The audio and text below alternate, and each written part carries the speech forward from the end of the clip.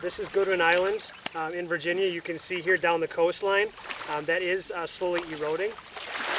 And then if you look off this way, there is the salt marsh that is slowly replacing the forests that were once there. Scientist Tyler Messerschmidt explains that trees cannot live in the wet, salty ground from sea level rise and storm surges in the York River. Because of climate change caused by humans, the water is getting warmer and expanding. Where thriving trees once stood guard, he says we have ghost forests, and they make climate change even worse. These forests are great stores of carbon that are there, and as those trees slowly die, that carbon is returned, some of it to the natural system, including the atmosphere, which also leads to possibly more global warming through climate change. Marshes like these help keep the base clean. They protect against the wrath of hurricanes, but they too are drowning.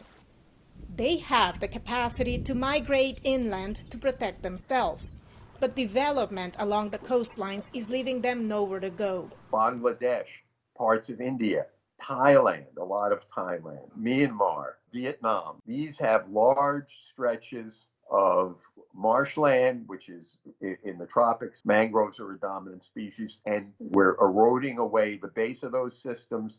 I'm going to go ahead and lower the net. Scientist Deborah Steinberg tows nets to collect samples of other organisms that are relocating because of climate change.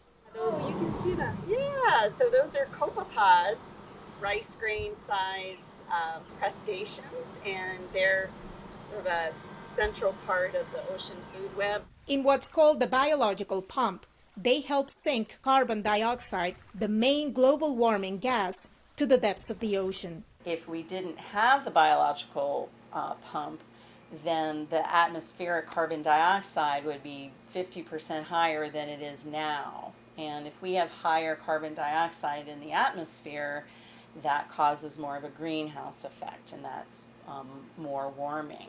The warming has changed where these marine drifters operate. We have tropical and subtropical plankton that are expanding their range away from the equator, and then the subpolar and polar species, their ranges are contracting. A lot of the tropical, subtropical plankton are smaller, and so they're not as efficient at transporting the carbon. Scientists around the world are monitoring these negative effects of climate change.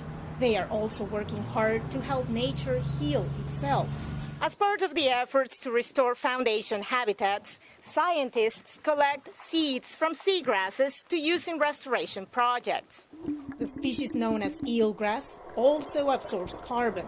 It was once abundant in the Chesapeake Bay, but it's dying back from high temperatures. Biologist Christopher Patrick and his team are hunting for answers. Rather than just plant eelgrass, we're also planting another species. And that species is another native seagrass that's in the Chesapeake Bay called widgeon grass, and it can handle high temperatures. The ultimate hope is that the two species will help each other survive and protect other creatures at the same time. Juvenile fish and crabs, they have higher abundance, they have faster growth rates, and they survive better in the grass beds than outside of the grass beds. And so it's performing this really important service for the fisheries. During the fall of 2021, widgeon grass seeds will be planted for the first time on a large-scale restoration project near Virginia Beach. It's a project that could be a model for ailing shorelines around the world. Veronica Balderas Iglesias for VOA News, Gloucester Point, Virginia.